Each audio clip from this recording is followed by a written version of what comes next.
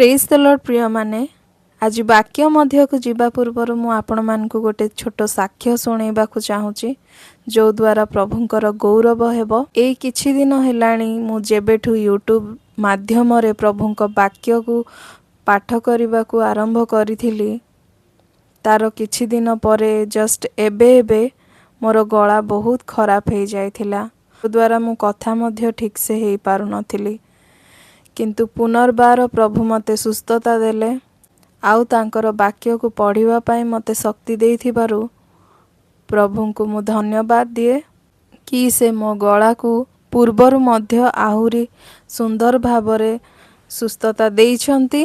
प्रभुंक महान नाम को धन्यवाद हो। एबे आमे वाक्य मध्य को जिबा आउ आज आमे पाठ करिबा आदि पुस्तक तार 9 पर्वर 16 पदरु 29 पद पर्यंत। पुणी मेघधनु हेले आंभे ताहा प्रति दृष्टिपात करिबा तहिरे पृथ्वीस्थ मांस विशिष्ट समस्त प्राणी सहित परमेश्वरंकर जेउ अनंत काल स्थायी नियम अछि ताहा आंभे स्मरण करिबा। परमेश्वर नोह को कहिले पृथ्वीस्थ मांस विशिष्ट समस्त प्राणी सहित आंभे जेउ नियम स्थिर करिअछु तहिर एही चिन्ह। आमे पूर्व वाक्य रे पढ़िथिले कि जो मेघधनु आमे जाको इंद्रधनु कहि थाउ सेईटा होची परमेश्वरंकर चिन्ह।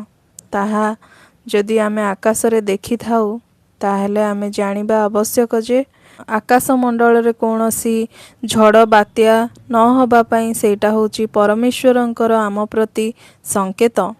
नोहंकर जेउ पुत्र माने जहाजरु बहिर्गत हेले सेमानकर नाम सेम ओ हाम ओ जेफत। हाम किणानर पिता। एही 3 जण नोहंकर पुत्र। एमानंकर वंश सबु पृथ्वी रे व्याप्त हेला। ए उतारु नोह कृषि कर्म रे प्रवृत्त होई द्राक्षा क्षेत्र कले। तहिरे से द्राक्षा रस पान करी मत होई तंबू मध्य रे विवश होई पड़िले। एपरि समय रे किणानर पिता हाम अपना पितांकर उल्लंघता देखि बाहरे अपना 2 भाई को समाचार देला।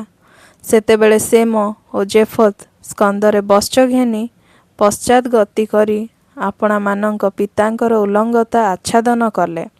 से माने पछआड़ को मुख रखी जीवाकू पितांकर उल्लंघता देखिले नाही। ए उतारु नोह द्राक्षारसर निद्रारु जाग्रत होई अपना प्रति कनिष्ठ पुत्रर आचरण ज्ञात हेले। पुणी से कहिले किणान शापग्रस्त हेउ से अपना भातृगणर दासानुदास हेब। आउ से कहिले से मोर परमेश्वर सदाप्रभुंक धन्य हेउंतु। किणान से मोर दास हेउ। परमेश्वर जेफत को वर्धिष्णु करंतु। पुणी से मोर तंबुरे बास करू। आउ किणान ताहार दास हेउ। जल प्लावन उतारे नोह आउ 350 वर्ष बंचिले। पुणी नोहंकर बयस सर्वसुद्धा 950 वर्ष थिला तहु से मले। प्रभु जीशु ए पठित वाक्य रे आशीर्वाद करंतु। आमेन।